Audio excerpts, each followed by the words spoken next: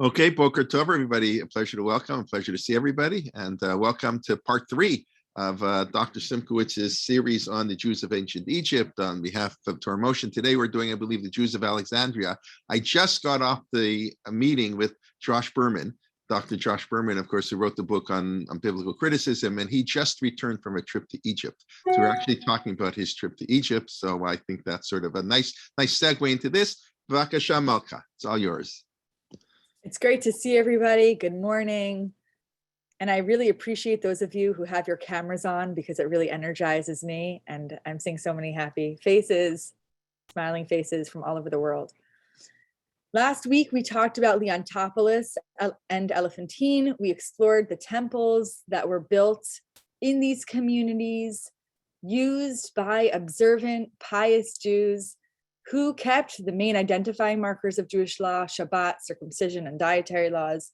The self-perception of these Jews was that they were carrying out God's will. Presumably, they could not easily make it to the Jerusalem temple. And so they thought having a temple in their backyard would be better than not going to any temple at all. And these temples were not replacements for synagogues, but concurrent with the synagogue. So these communities also had synagogues where these Jews would gather together and read their scriptures and interpret them. The synagogues were not yet used for normative prayer at this early stage. We also talked about how Judeans, and we're going to really explore this next week, how Judeans did not have the same attitude towards these diasporan temples. And we looked briefly at a Mishnah, which talks about what is a worse violation, to bring an oath, to make an oath that you will bring a sacrifice, but then you know you cannot make it to the Jerusalem temple. So is it better to break the oath, break the vow, or bring that sacrifice to the temple of Chonia at Leontopolis? So we're going to set all of that aside, but if there was anything that I was not clear about or any questions, thank you for the source sheet again, any questions about what we talked about last week, I will try to leave some time at the end of the hour and you can ask a question on today's class or on our previous classes. I have to say that I've been waiting for today's class for a long time because there's something special about Alexandria. This is the crown jewel of the Roman Empire. This is the heart of what we call Western diaspora in Jewry. It's a little sad that I'm ignoring the Eastern diaspora, what was Babylonia and then Persia, the heartland of the diasporan rabbis, but we simply do not have the literature from what's called the Eastern diaspora. We have material from the beginning of the Second Temple period, right? Daniel, Ezra, and Nehemiah. And then, of course, we have rabbinic literature.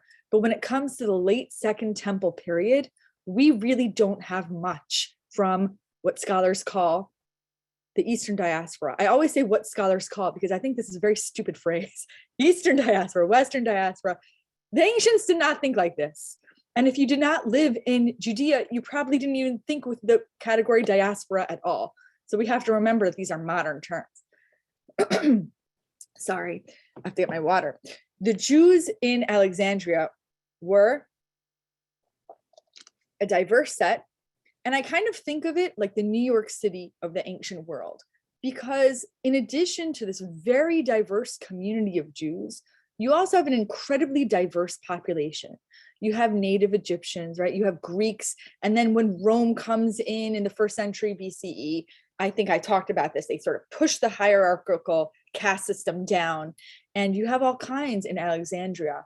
Philo, we're going to see if we have time to look at the source inside, Philo says that the city was divided up into 5 parts, like a pie.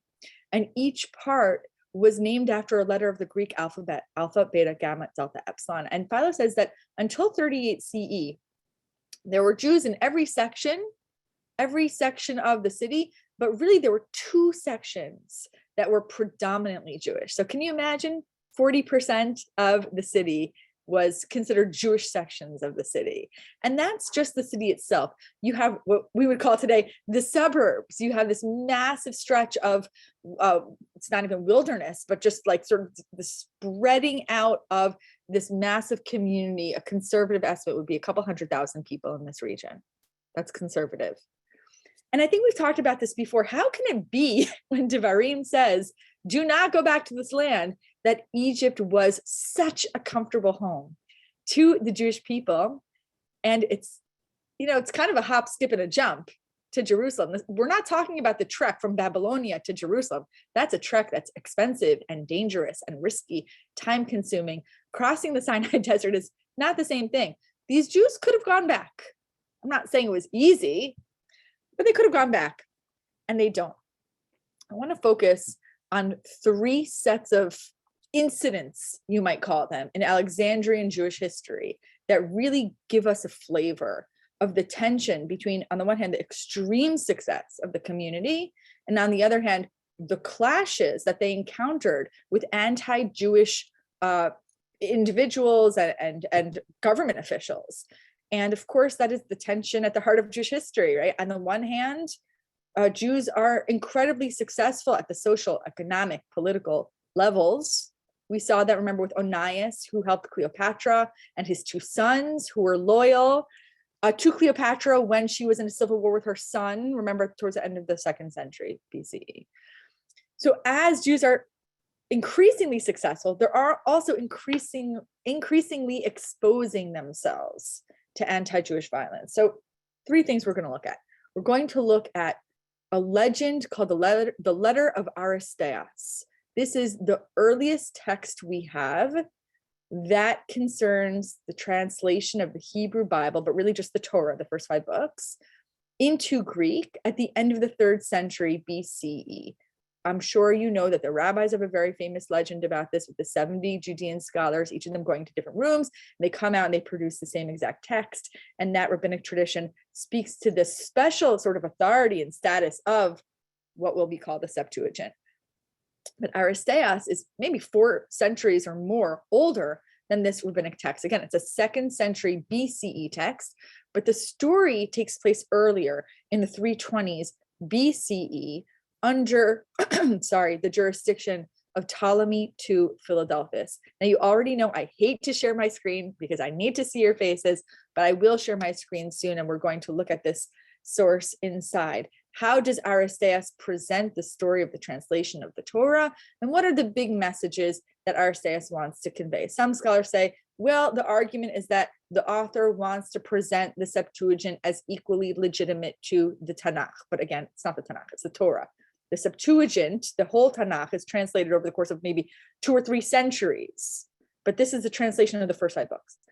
So some say, well, he's trying to argue for the legitimacy, the equal status of the Septuagint in comparison to the Tanakh. Others say, no, actually, he thinks it's superior to the Hebrew version.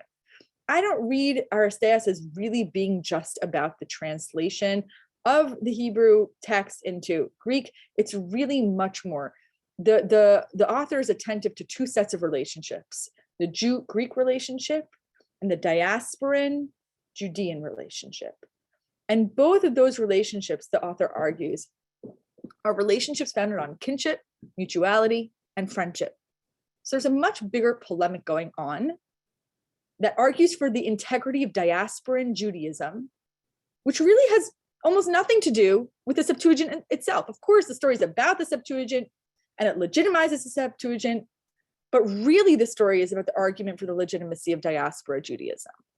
That's the first thing we're going to look at. I'm going to ask that unless you really need clarification now on something I just said, that we hold questions for the end. So is iPhone parentheses 2 close parentheses, is this a question that you need clarified now, or can it wait till the end? Okay, well, I think that might be a mistake. So we're just going to keep going. All right, the second text we're going to look at is a work called 3 Maccabees. And this work is preserved in the Apocrypha. So that means that it was preserved in the Catholic tradition as authoritative, as canonical. It's not, of course, canonical in the Jewish tradition. It's written in Alexandria, which is why we're going to look at it today, probably produced in the 2nd century BC, although some scholars put it as late as the 1st century CE. We don't know. Let's call it late Second Temple. And it's a sort of revision of the Book of Esther. It's about a crisis that the Alexandrian Jewish community experiences when their king Ptolemy gets very angry at them for, this is interesting, for the Judean refusal of allowing Ptolemy to enter the Jerusalem temple.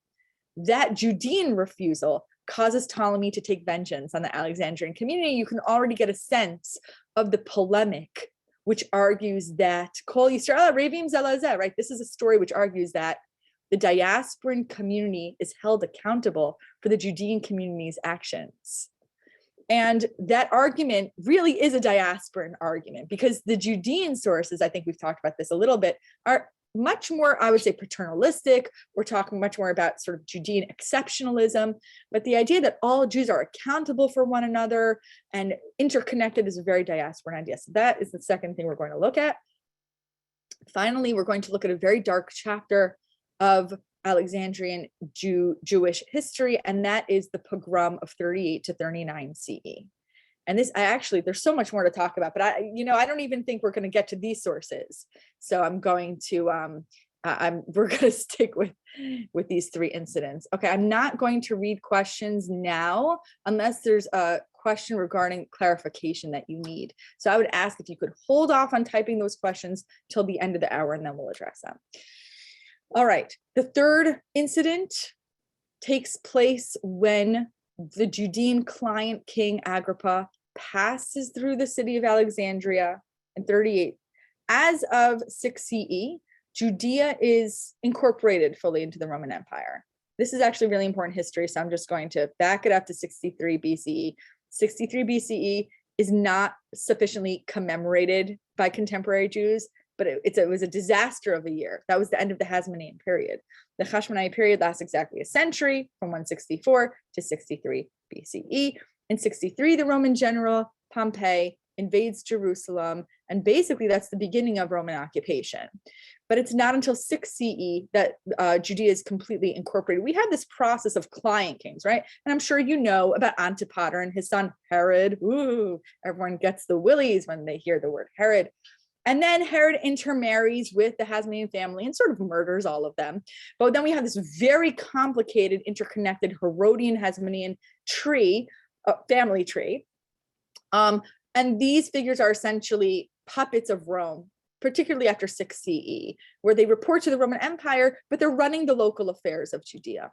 And so one such descendant of the Herodian Hasmonean family, his name is Agrippa, and he knows he's very unpopular among sort of elite Roman circles. He also has very close ties to Roman officials. He was brought up as a sort of like very fancy kid, Jewish kid in Rome, sort of like the child of a diplomat. The diplomat lives on the Upper East Side of New York, but sends his child to boarding school in Geneva, right? You have these like fancy European boarding schools for American kids, but they're in Europe. So that's kind of how Agrippa was reared, very elite, brought up in Rome. Anyway, so he always goes back and forth between Jerusalem and Rome. And on one such visit, when he's traveling from Rome to Jerusalem and he passes through Alexandria, he knows he's very unpopular, and he's careful to only get off the dock of the boat to sort of stretch his legs in the middle of the night because he doesn't want anyone to see him. But word spreads that he's in town, and riots break out. And these riots become very, very serious.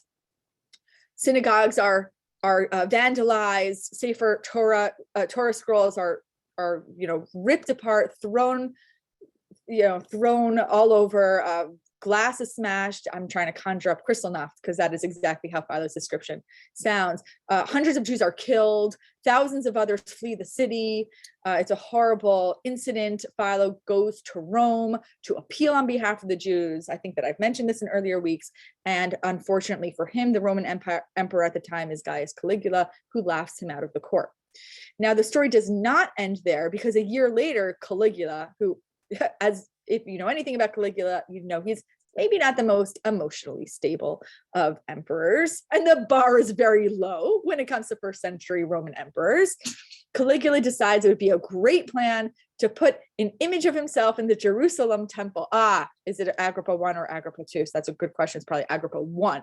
Agrippa 2 would have been, so we know Agrippa 2 from a few places. First of all, from the book of Acts in the New Testament. And he was a client king of Judea with his sister Berenike in the 50s CE. And so he comes up as one of the people responsible for Paul's arrest.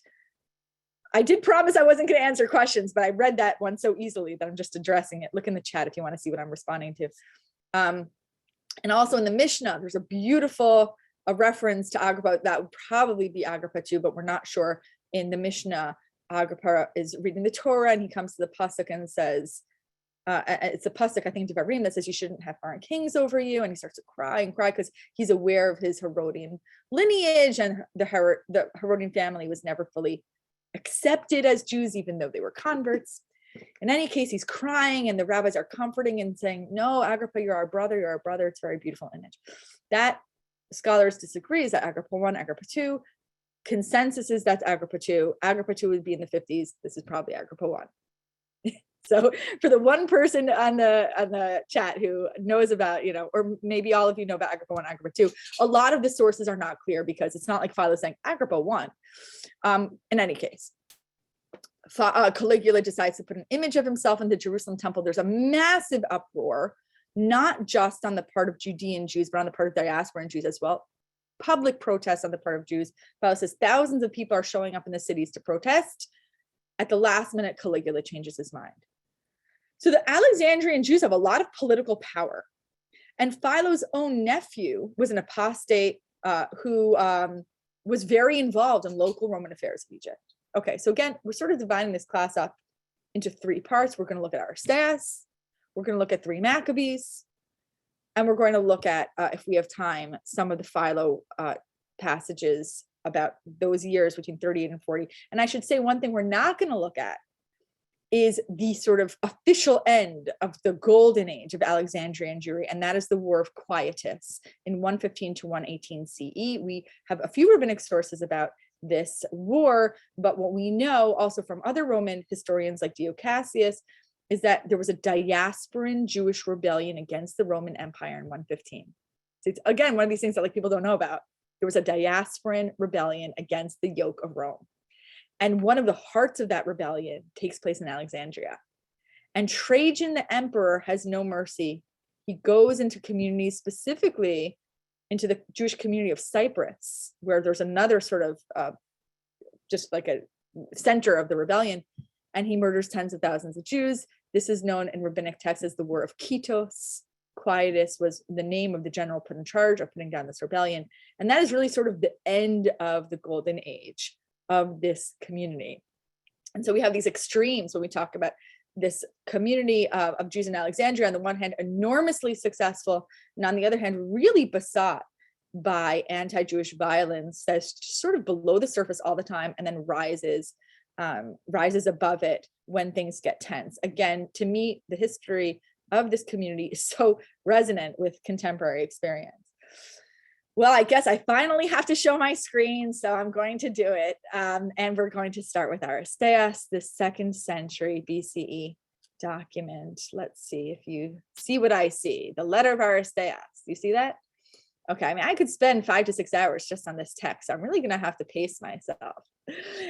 So the text is framed as a letter from Aristeas to his brother or his friend.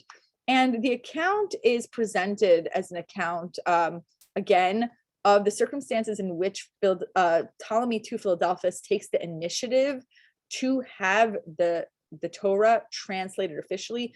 Whether or not that's exactly how it happens, scholars don't necessarily think that Ptolemy, the great king, was burning with this desire to translate this work. It's of course polemical, but in any case, let's see what's going on here. So this king at the end of the 3rd century BCE is building the best library in the world, the famous Alexandrian library. And he has someone in charge of this library. His name is Demetrius of Phalerum. And Demetrius has all this money at his disposal to translate all the wise, the greatest books in the world, translate them into Greek and put them in the library. How many books are in this library? The king asked Demetrius. Over 200,000. Now, that might not be impressive to you in this digital age where so much billions of books can be accessed just on Amazon, but 200,000 books in one place when the process of copying a book was so laborious and expensive and time-consuming in the ancient world. This would have been unprecedented, incomparable to any other library in the Hellenistic world. This was the greatest library. And then Demetrius says, yes, we have 200,000 works. I would like for us to have 500,000 works. And you know what I really want to do? Demetrius says to the king, I want to translate the laws of the Jews. And here the Greek would be nomoi, but nomos for a Greek speaking Jew was also the main word for the Torah.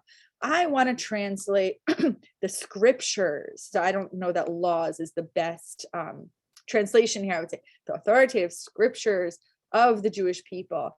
And so the king says, what's to prevent you from doing this? Go ahead. Everything that's necessary is placed at your disposal. And Demetrius is like, not so simple.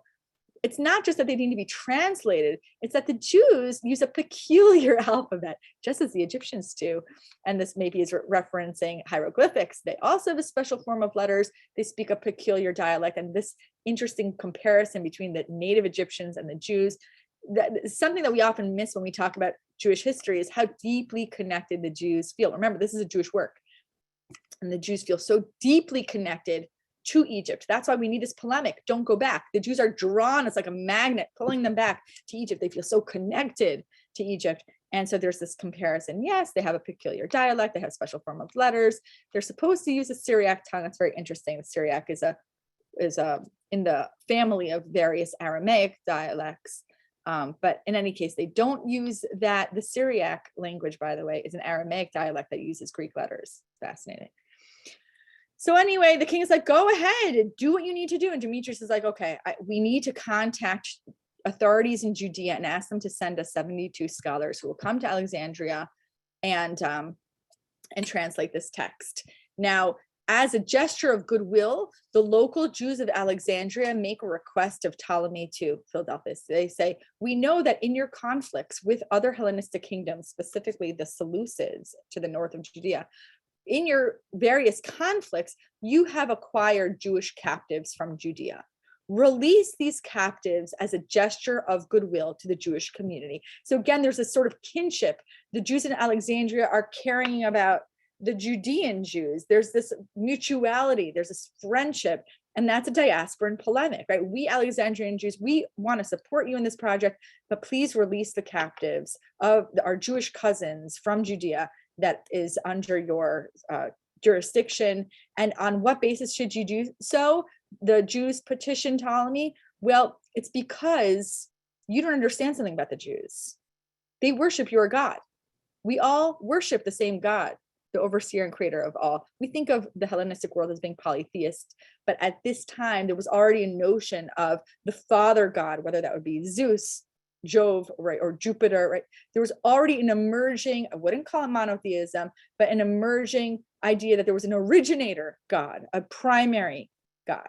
So they worship God, the overseer and creator of all, whom all men worship, including ourselves. Okay, we have a different name, right? Their name for him is Zeus and Jove. Our name for him is Yud-Heh, Vav-Heh. And so the argument, again, it's a twofold argument.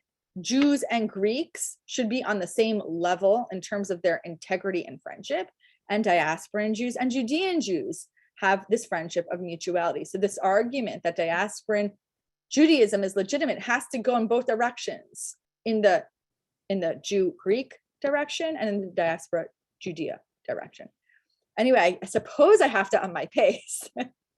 But in any case, I want to point you to the response of the Judean community. So Ptolemy sends a letter to the Jerusalem authorities saying, send us 72 scholars, 6 for each tribe, which is interesting, of course, because like 10 tribes have been lost since 722 BCE. But in any case, send us 72 scholars, and we will ask those scholars to translate the Hebrew Bible, the Hebrew Torah, into Greek for our library. And what does the high priest Elazar say? What a fantastic idea. I absolutely will do this. Again, could this possibly be a historical letter? I don't think so. Sorry, I taught a lot last night, so I've already lost my voice. We have a lot of early rabbinic texts which express ambivalence about translation. Now, it is true that the rabbis view the Septuagint as having kind of special status in contrast with other translations, and Greek is discussed as a possible language that you could recite the Torah in. Nevertheless, there was ambivalence about this translated version of the Septuagint. not in this diasporan version. Here, the diasporan writer depicts the high priest Eleazar, the highest, most important central religious leader of Judea, and says, what a fantabulous idea. We read your letter publicly to all the people because we were so excited. We wanted them to know your piety towards our God. We showed them all the presents that you sent us. We were so flattered by the two gentlemen that you sent as emissaries with these presents, Andreas and Aristeas, outstanding in education, worthy in every respect of your conduct and justice, on and on and on. Everything which is to your advantage, even if it is unnatural, we will carry out. What does he mean by unnatural? I can't tell you. I don't have a satisfactory understanding of what this means. So I just want to leave it sort of as a question mark. What is Eleazar talking about? What would be unnatural? Is it the translation itself? Is it having the scholars go down to Egypt? I do not know. But this is a very jarring qualification. This is a sign, however, of friendship and love, that we're not necessarily doing this because we, would have initiated the project ourselves, but we love you on a personal level. And so we will honor you by supporting this project. All right, that's all I'm going to do over here. Again, we have to read this text not as a Judean one, but as a diasporan one, with the imagining of Eleazar being so supportive of the diasporan community of Egypt. And Aristeas goes on to describe these scholars who are brought down from Jerusalem, from Judea to Alexandria. And I love this description because it sounds modern Orthodox. I just think this is fabulous. Like, if I had to define modern Orthodoxy in the ancient world, here's how I would describe it. Eleazar selects 70 men of the highest merit, of excellent education, due to the distinction of their parentage, so from important families. But lineage is not the only important qualification here. They had not only mastered the Jewish literature, but Torah Umada, they had made a serious study of that of the Greeks as well. They were therefore well qualified for the embassy, right? Because they had really, really strong control of the Greek language and the Hebrew language. Please, if you're sending me messages, I'm not going to see them. I really appreciate it, but I'm not going to be able to see them. You can always email me if you want to send messages, but you don't want it to be public. You can always email me at simkovich.edu, at ct.edu. Okay, so they were therefore well qualified for the embassy and brought it to fruition as occasion demanded. They had a tremendous natural facility for the negotiations and questions arising from the law. So that suggests that there's some kind of oral tradition that the author is aware of, in addition to the actual text of the scriptures. There's an oral tradition, right? You're interpreting, you're asking questions, you're negotiating, but what's so special about these individuals that they found a middle way as their commendable ideal, that they knew the Greek literature, they knew the Jewish literature, and they had the perfect balance, totally God-fearing and committed to their ancestral traditions, and yet they had an appreciation of Greek culture. I mean, if that's not modern Orthodoxy, I don't know what is. In any case, no, that's really academically irresponsible of me to take a modern term and just flop it onto the 2nd century BC. So do not quote me on that. And so these Judean scholars are brought down to Alexandria, where they have, I did not include this on the list, on the source sheet, but the author here goes through a whole lengthy aside on the rationality of Jewish law, and specifically on the rationality of the dietary laws, on and on and on and on. If you have the source sheet, you could look at this on your own. One thing I did not include, I'll just stop share just to see your faces, is that the climax of this book is a symposium, a feast that lasts for many weeks. And the feast is characterized by the king asking every one of the scholars a philosophical question about piety and leadership. And each question and answer is recorded in the book, and they all speak to the wisdom and the integrity of the Jewish tradition. And so in that scene, the Jewish tradition is presented as a philosophy that supports but also exceeds in integrity and superiority. It exceeds in every way the Greek wisdom tradition. And the book closes with the establishment of a big celebration, a big festival celebrating this translation. Philo of Alexandria, a few centuries later, would affirm that there was an annual celebration commemorating this event as something very positive and wonderful. But the question of the actual status of the Septuagint vis-a-vis the Torah, the Hebrew Torah, is never fully settled, right? This is a polemic. You need polemics when things are not clear on the ground, when there's actual ambiguity. We know that things were not clear because of that later rabbinic literature that really struggles with the status of translated texts of the scriptures that were viewed by Jews in the diaspora as authoritative. But this text, Aristeas, argues for, again, I don't think it argues for the superiority of the Septuagint over the Torah, but certainly the equal status of it. So that's Aristeas, and we have about 20 minutes left to talk about 3 Maccabees and Philo, but we'll just keep plugging along and see what we can get done. 3 Maccabees, like I said, it's very hard to date. And whereas Aristeas presents a beautiful picture of hearts and flowers, everyone's friends, everyone gets along, the Jews and the Greeks, the diasporan Jews, the Judean Jews, everyone's best friends. 3 Maccabees is a much darker work. Think of it as an updated version of the Esther story. The setting is I think it's in 217 BCE.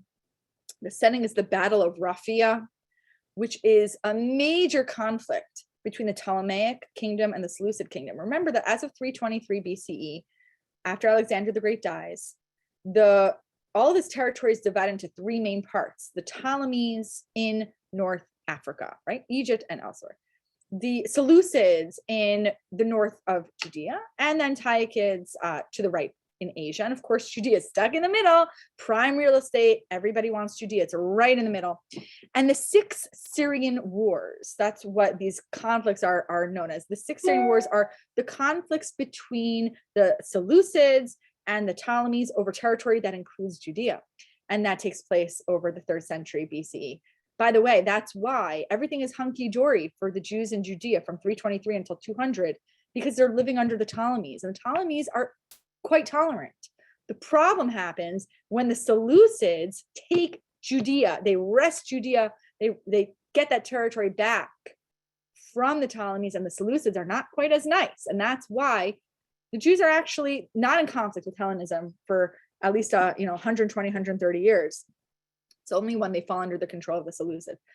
So 3 Maccabees, the setting is the Ptolemaic victory over the Seleucids at the Battle of Raphia at the end of the 3rd century BC.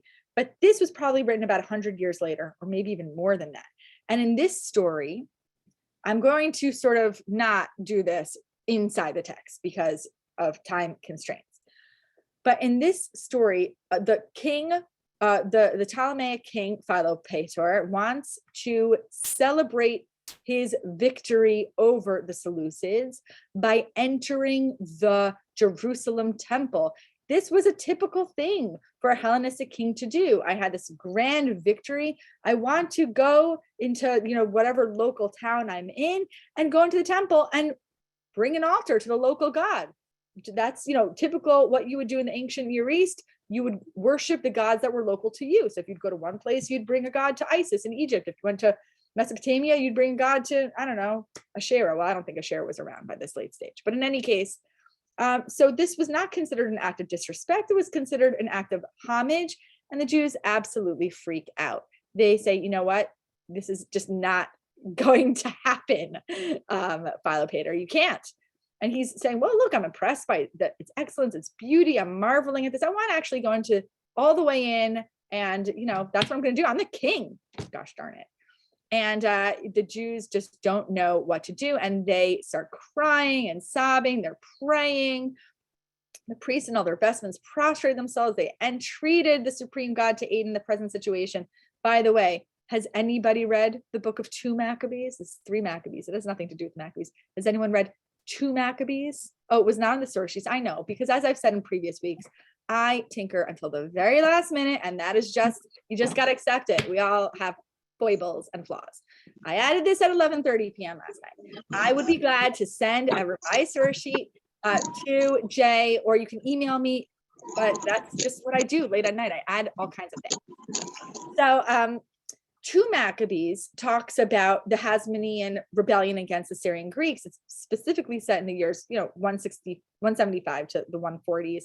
BCE. But in any case, there's a parallel story there of a general named Heliodorus who wants to enter the temple. It's almost exactly the same story, and that's in 2 Maccabees 3. So there's a big scholarly question of like how these two traditions interact. In any case, everybody's crying, sobbing, praying in mourning because their holy temple is about to be violated by this foreign king. And there's this very elaborate Hellenistically styled prayer that the high priest Shimon says to God. And it's, again, this is taking place in Jerusalem, but it's in Alexandria. This is a diasporan text, and I'll tell you how we know that in a couple minutes. And he bends his knees. It's very Hellenistic too. I mean, this is written in Greek. He's extending his hands. It's almost like it's being, oh, I thought I was sharing. Sorry, I had to go back to sharing. Wait, there we go. Sorry about that. Okay, so he's bending his knees and he's extending his hands with calm dignity, and he's praying, Lord, Lord, King of the heavens, sovereign of all creation, holy among the holy ones, praying and crying. So it's Hellenistic because you can sort of see how it's being staged on a play, but some of these phrases come from Hebrew liturgy, and he's borrowing biblical language as well. Reminds me of the scholars described in Aristeas who both know the Greek tradition and the biblical Hebrew one. All right, and this long prayer, why does this matter? Because there's a miracle that happens and Ptolemy becomes paralyzed and he can't enter into the temple. Suddenly, the God who oversees all things hears the supplication, scourged him who had exalted himself in insolence and audacity, and he becomes paralyzed and then just humiliated, and Ptolemy sort of goes back to Egypt, goes back to Alexandria, totally embarrassed and ashamed that some mysterious malady afflicted him and he could not enter the Jerusalem temple. But of course, this is a miracle. After he recovers, he says, oh, I'm not done with these Jews. I'm going to punish them, but I'm going to punish the Jews of Alexandria. And again, very similar to Aristeas, there's a presentation here of the polity of global Jewry united in destiny. So what happens to the Judean Jews affects the diasporan Jews. What happens to the diasporan Jews affects the Judean Jews. And this presentation of kinship and mutuality is a very diasporan idea. In any case, Ptolemy says, I'm going to kill all the Jews of Alexandria. And this is where you get very strong similarities with the story of Esther. He says, I'm going to gather all the Jews in Alexandria into the hippodrome, into this big arena where they would have the horse races, and I'm going to murder them.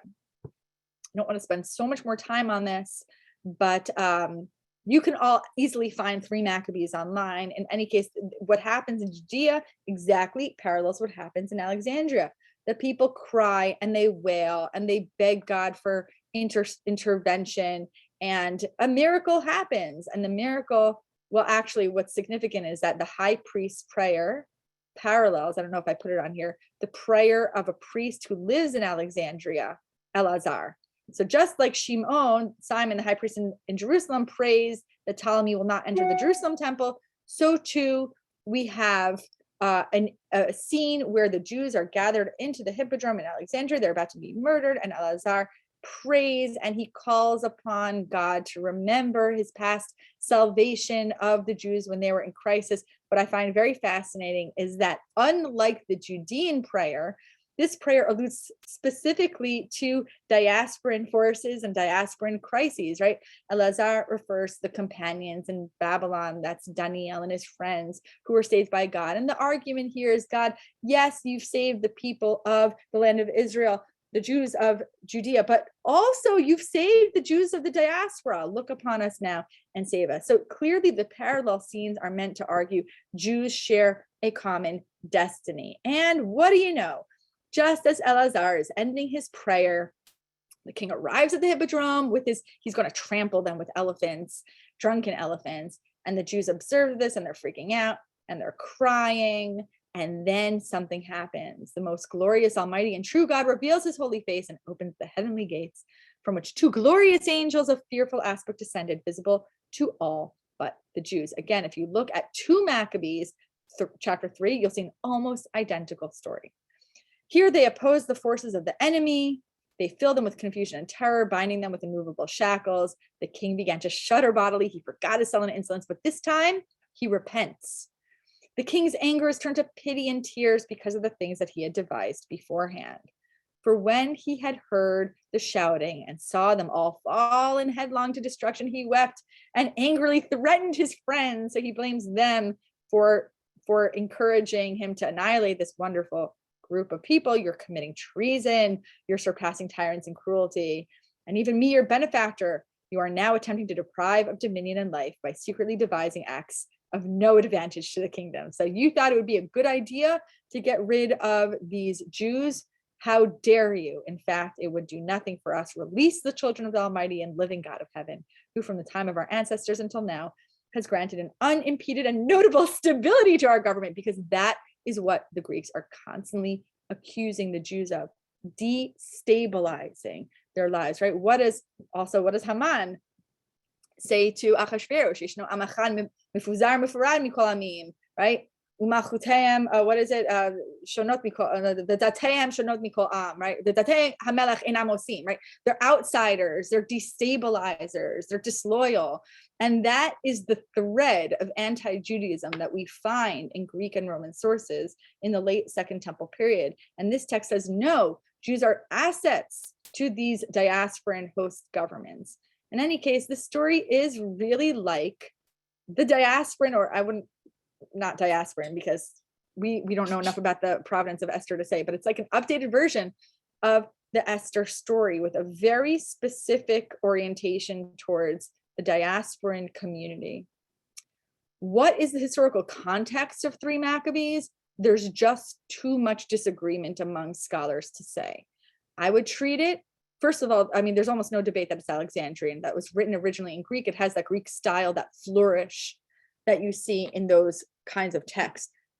It could have been written in the 2nd century BCE. That's where I would put it. But some scholars, like I said, they put it much later due to the historical conflict that we know took place in 38 to 39 CE. Some scholars say it was written after that. But we talked 2 weeks ago about how there were conflicts for this community in the 2nd century BCE. Remember when the Jews remained loyal to Cleopatra, but the majority of those Jews in Egypt are not loyal to her. And so the Jews who support Cleopatra become very much resented. So this could have come out of that tension, that social conflict in the 2nd century BC. But now I know that there's been comments and questions in the chat. And so I really want to make sure we have time to talk. But I'm going to say a little more about, please don't send me private messages. I will not see them. Please just email me and I promise you, Leonetta, I will respond. I'm not reading private messages. Thank you. So I want to close this conversation by looking at the historical sources that we have. Some might say it's not historical, it's polemic, whatever you want to call it. The text written by the great philosopher in Alexandria, Philo. And so I'm going to share my screen and let's take a look at our friend Philo. Philo gets a bad rap as someone who is Hellenized, whose writings are corrupted by Aristotelian philosophy. This is just simply not the case. Philo is an observant Jew. Of course, he is an absolute expert. He has total facility in Greek philosophy, but his main program is to argue for the philosophical integrity and superiority of the Jewish tradition. He's totally committed to that idea. And when Jews are attacked in Alexandria, on the basis, yes, technically it's because of Agrippa's visit, but really it's because this anti-Judaism has been fomenting because Jews are resented for so long. Philo feels that he has to make a case. He has to defend the very existence of diasporan Jewry itself. And he says, listen up, people. You don't understand what Jews are. You don't understand who they're loyal to. Let me be very clear. No one country can contain the whole Jewish nation by reason of its populousness. We're too many people. And again, this reminds me of these debates in contemporary times. What are the Jews? Race, people, nation, ethnicity.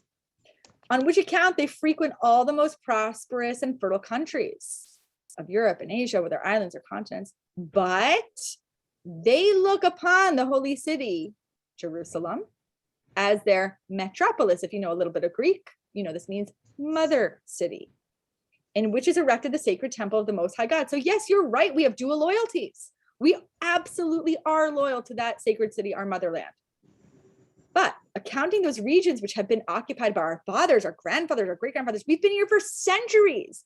We have, our remote ancestors have lived in the diaspora. And so guess what? We belong here too. What is this? This is our fatherland. Here's where we've been brought up. This is our country. There are even some regions to which the Jews came the very moment that they were originally settled, such as, actually Josephus says, Alexandria would have been one of those places. They send a colony of their people to do a pleasure to the founders of the company, right? We're doing a favor. We're enhancing the societies that we colonize. It doesn't have a bad connotation in this translation. And there was reason to fear, lest all the population in every country taking what was done in Egypt. In other words, there was reason to fear that the riots against the Jews in Egypt would spread to other communities. And then he goes on to describe what anti-Jewish regulations took place in the wake of these anti-Jewish riots. There were 5 districts of the city. Remember, I said that to you, after 5 letters of the alphabet. 2 of them were called the quarters of the Jews, even though I don't know what 1/5 would be, not a quarter, because the chief portion of the Jews lives in them. And there were also scattered Jews elsewhere. But what did the Romans do? They drove the Jews entirely out of 4 quarters. They crammed them all into a very small portion of one. And by reason of their numbers, they were dispersed over the seashore and desert places. So in other words, they couldn't all fit in this tiny portion. They had to go to the outside cemeteries. They had to flee. Also, this is in the wake of the Jewish violence. They had to leave the city. They were deprived of all their property. So in the wake of anti-Jewish violence, the Jews were forced into tiny spaces. Many of them, knew that they were unsafe there. They left the city. They were hiding in the wilderness. Meanwhile, the houses that they abandoned were turned to plunder, and the Romans divided the booty among themselves as if they had obtained it in war. You really, if you have time, should read this entire treatise, because the description of what happened to the Jews in Alexandria in the wake of Agrippa's visit is really shocking and vividly portrayed. There's one last paragraph that I want to show you, which I think is just extremely powerful. It's the very, very end of a treatise called Embassy to Gaius. Remember, I said Philo went to Gaius Caligula. He asked Caligula to intervene on behalf of the Jews. Caligula refuses. It's all laid out in this treatise. I almost said tractate, in this treatise. And it ends with a sort of appeal to the Greek or Roman reader to intervene in the reality in the wake of this anti-Jewish violence. And he says as follows. It was owing to these considerations, we were able to hold up our heads for a while, but there were other circumstances which terrified us and kept us in great perplexity and distress to hear what the emperor would decide, what he would pronounce, what kind of sentence he would ultimately deliver. So it's unclear whether the emperor would take any action against those who perpetrated violence against the Jewish people. It turns out that they did basically nothing. Surely it was a situation that the fate of all Jews everywhere should rest precariously on us 5 envoys. So the 5 Jews who went to Rome to appeal on behalf of the Alexandrian community, Philo says all world Jewry was dependent on us. What does he mean by that, all world Jewry? Isn't he just representing the Jews of Alexandria?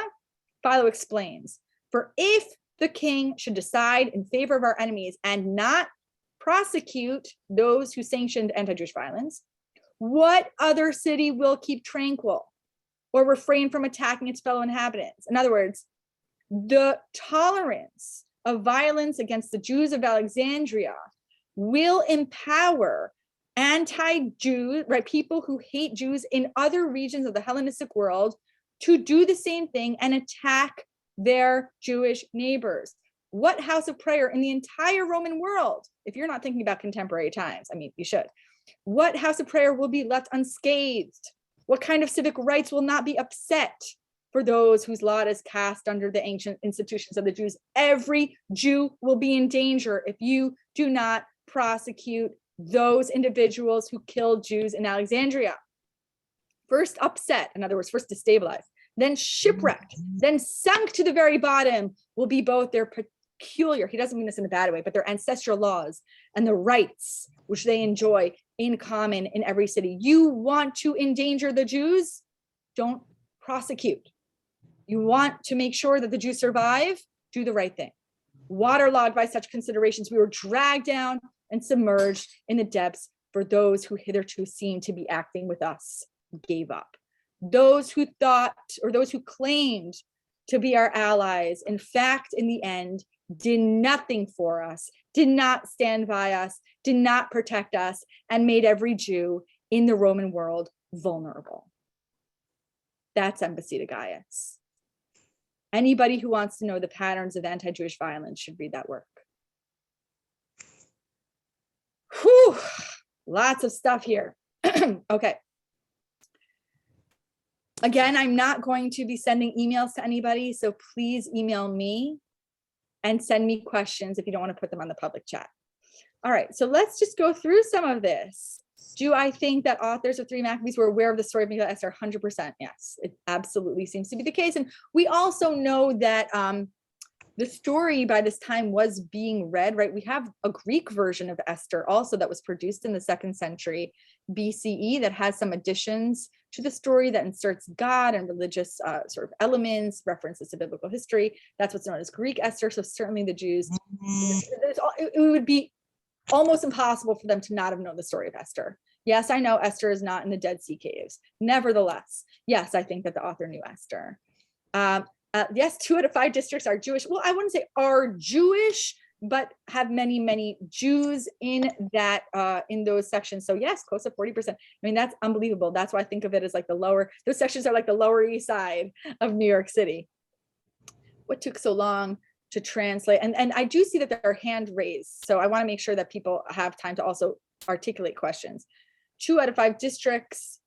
Oh no, I already read that one. What took so long to translate the Torah into Greek? Surely many Jews in Egypt and somewhere and elsewhere only spoke Greek. And so this is a great question. And most scholars think that the Septuagint was not the first translation in Greek of the scriptures. There were likely other translations of the Hebrew Bible, but they were sort of unofficial, local, casually used. And so this version was meant to be the formal official version that all Greek-speaking Jews would use. And so some scholars do say Aristeas, part of the goal of the book is to establish itself as authoritative over other versions that were circulating, but they weren't sort of normative. So unfortunately, what people were doing is they were translating for their themselves or their communities, but on a local level. So there were multiple such versions. With regard to the establishment of a community of Jews in Alexandria versus Devarim, could it imply, I don't get into authorship on on such conversations. Perhaps it would imply the authorship of Devarim much later. I'm not convinced of that. I don't know that this brings to bear anything about the authorship of Devarim. I'm not a scholar of Devarim. Okay, I'm going to answer these 2 questions, but then I'm going to take Kenneth's question. Is there a remnant of a Jewish community in Alexandria today? Yeah, I'm in a Facebook group of the Jews of Alexandria. There were maybe up to like 10 years ago, a couple dozen, and now maybe not even that. It's a tiny, tiny community of Jews. It's basically nothing. But there is an initiative on the part of some officials in Egypt to preserve Jewish sites. And I don't know what the future is, but recently they renovated an ancient, not like Second Temple, but a centuries old synagogue. Actually, I think that I included a picture of that synagogue on the source sheet. And so they're doing some restorative work on ancient Jewish sites, but the Jews are not there. Is Aristeas a fake? There's no such thing as a fake in the ancient world. Nothing is a fake, right? Every text is real. I'm reading the words. So it can't be fake because the words are there. What do I mean? What does it mean fake? I don't think it's a fake. I'm sorry to be a little harsh. Also, I ask everybody to please mute yourselves. Thank you, because there's some background there. No, nothing is fake, right? But there's also, oh, that's interesting about Ali Khan. What is a fake? Is this a piece of history? Is this factual? I mean, nothing in the Hellenistic world was even the formal histories that were produced by those officials working for Roman emperors were producing objective histories. Every history in the ancient world is polemical. I take this text very seriously as a document with historical value. Yeah, I thought he was Syrian too, but maybe his family's from Alexandria. All right, Kenneth is being very patient. Please, Kenneth. All right, thank you, Malka. Firstly, I'd like to thank you for a very incisive presentation. It was very intellectual and very well done. I have a question. I don't know if you plan to touch on the Jewish philosophy of the Jews of Alexandria in reference to Hellenism and Judaism. I'm sure you're aware of Martin Hengel's work on Judaism and Hellenism in 2 volumes. And he discusses the fact that the Alexandrian Jews took stimuli from Greek thought, no doubt, Hellenism, and tried to deal with it in incorporating it, not saying that it was superior, but incorporating it with Jewish religious thought. And thus Philo and Aristobulus, they try to deal with the wisdom literature of the Greeks as far as the wisdom literature of the Jews, the concept of the prime mover, the concept of prime light with the development of Bereshit and the first day of creation. So I'm wondering how you feel about that. Do you feel that the Jews of Alexandria did indeed contribute to Jewish thought by integrating some Hellenistic works, but not making Hellenism the prime and only? Yeah, I mean, certainly Philo is arguing for the philosophical integrity of the Jewish religion, but also very explicitly for the moral superiority of the Jewish religion. So if you look at his biblical interpretations, there's a tinge of philosophical orientation where he's saying, look, here's another way in which the ancestral traditions of the Jews, you accuse us of being barbarians or misanthropic. Here's another example of how we are morally and philosophically perfect. Now, the Alexandrian Jews are not a monolith. And Philo criticizes Jews in Alexandria who take this too far by allegorizing their scriptures. Remember, one of the big elements of Platonic philosophy is this allegorical orientation where you have the forms, but then you have the meaning that's the truer meaning behind those physical forms. And you have Jews saying, well, I understand the allegorical meaning of circumcision. I'm not going to practice circumcision. I understand the allegorical meaning of dietary laws, Shabbat, I'm not going to keep those things. Philo calls those Jews radical allegorizers. He rejects them. He says that they're taking it too far. You have to keep those actual laws, even if you understand the allegorical meaning. But you have, various ways of trying to achieve the program that Hengel talks about. So broadly speaking, yes, I agree with that. Take a book like 4 Maccabees. 4 Maccabees is an extreme example of a Jew who tries to apply Stoic philosophy to Jewish tradition. So 4 Maccabees is an expansion of 2 Maccabees chapter 7, the story of the mother of the 7 sons who's martyred at the hands of Antiochus for Epiphanes, but it's all sort of laid out as a example of Stoic perfection, 4 Maccabees. So it's so philosophical. I would say that almost like clouds the Jewishness of the book in a little bit, in a way. So the only thing I have to say to supplement your comment is that there is variety within these Alexandrian Jewish texts. Philo is not 4 Maccabees, which is not 3 Maccabees, right? Which is not, I didn't even talk about Joseph and Asenath, that, we have a lot of books that can confidently be placed in Alexandria in the late Second Temple period, and they're not a monolith. But I think broadly speaking, that's absolutely right. Thank you. Thank you very much. Oh, my pleasure. All right. Does anyone want to verbally articulate a question, especially if you put something in the chat and I didn't address it? If not, I'll just scroll up. But we only have 1 more minute. Isn't the translation of the Torah one of the tragedies for which we fast? Yeah, I mean, so that's, again, I've given Shirim on this, the rabbinic texts, also not a monolith. The rabbis express a lot of ambivalence about these translations, and some of them were hidden. Some targums were hidden. And there's a lot of material on this. All right, well, I think we're gonna, one thing and then we'll go. Zella and Glenn Goldfinger. Hi, the Heliodorus situation is so complicated, and I read it, I'm not really sure who's the good guy and who's the bad guy and what's, underneath the surface. Could you just quickly? Oh yeah, sure. I'll tell you. So Heliodorus is a bad guy. So that story at the beginning of 2 Maccabees is basically a microcosm of the whole story of the Hasmonean conflict. Basically, Heliodorus has had a series of successful military victories. He's passing through Judea. He wants to go in the temple. The people freak out. No, you cannot go in the temple. And he says, well, I'm angry at you. I don't like you anymore. Now I'm gonna raid the treasury. And I'm going to take all of your money from the Jerusalem treasury, and it belongs to me now. And again, prayers, crying. It's very Hellenistic. It's very stylized. And there's a miracle. 2 miraculous angels show up and they block him. And they're on, the phrase is magnificently caparisoned horses. That's what the English says. These very attractive, good-looking angel men are on these beautiful horses, and they basically pummel Heliodorus. And he, again, like in 3 Maccabees, he's humiliated. He leaves Judea and he's embarrassed. And this story that opens up 2 Maccabees sets the stage for, it's like a little vignette that tells us the entire book, which is essentially Antiochus IV Epiphanes, then comes in and oppresses the Jews, says you can't keep your ancestral laws. And then we have the rebellion of Judah Maccabee. But what's interesting about 2 Maccabees is Judah Maccabee doesn't show up till chapter 8. Anyway, it's a highly recommended book. It's a diasporan book. It was written in Cyrene in modern day Libya. It's a very theologized work. I've said this many times. It's the first work to ever use the word Judaism.